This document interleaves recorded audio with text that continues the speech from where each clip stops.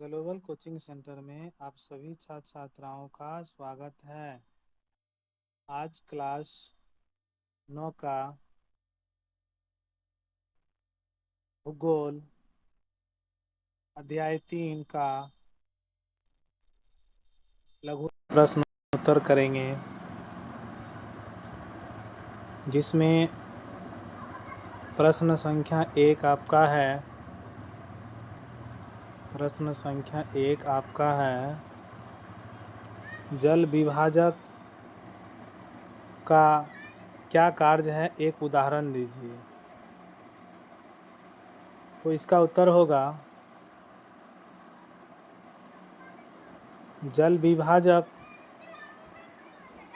किसी उच्च भूमि, पर्वत या पठार को कहते हैं जो दो पड़ोसी अपवाह द्रोणियों को एक दूसरे से अलग करता है।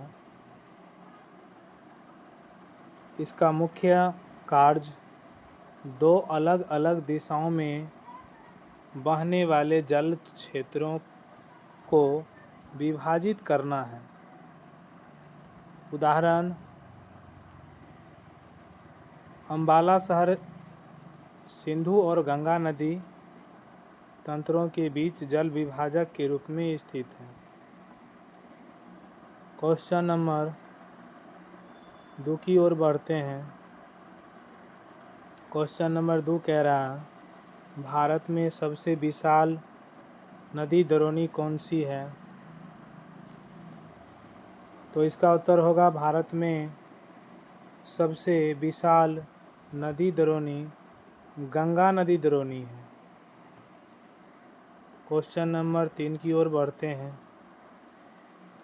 सिंधु एवं गंगा नदियां कहाँ से निकलती है? सिंधु एवं गंगा नदियां कहाँ से निकलती है? तो इसका उत्तर होगा, सिंधु नदी तिब्बत में मानसरोवर झील के निकट से निकलती है और गंगा नदी उत्तराखंड के उत्तरकाशी जिले में गंगोत्री हिमानी गौमुख से निकलती है। क्वेश्चन नंबर 4 कह रहा, गंगा की दो प्रमुख धाराओं के नाम, ये कहाँ पर एक दूसरे से मिलकर गंगा नदी का निर्माण करती है? तो इसका सही उत्तर होगा,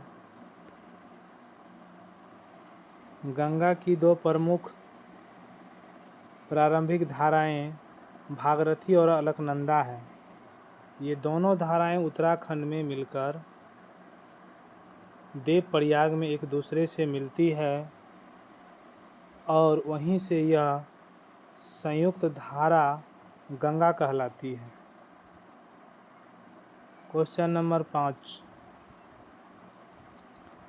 लंबी धारा होने के बावजूद तिब्बत के क्षेत्रों में ब्रह्मपुत्र में कम गाद क्यों है?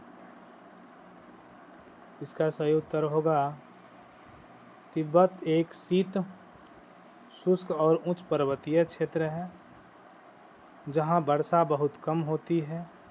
जल की मात्रा कम होने तथा अपरदन की क्रिया सीमित होने के कारण यहाँ नदी में जल और गाद की मात्रा कम होती है। क्वेश्चन नंबर 5 हो गया। 6 की ओर बढ़ते हैं। कौन सी दो प्रायद्वीपीय नदियाँ धासान घाटी से होकर बहती है? समुद्र में प्रवेश करने के पहले वे किस प्रकार की आकृतियों का निर्माण करती है? इसका उत्तर होगा, धासान घाटी से होकर बहने वाली दो प्रमुख प्रायद्वीपीय नदियाँ, नंबर 1 है नर्मदा और दूसरा है तापी है। समुद्र में प्रवेश करने से पहले ये नदियाँ डेल्टा न बनाकर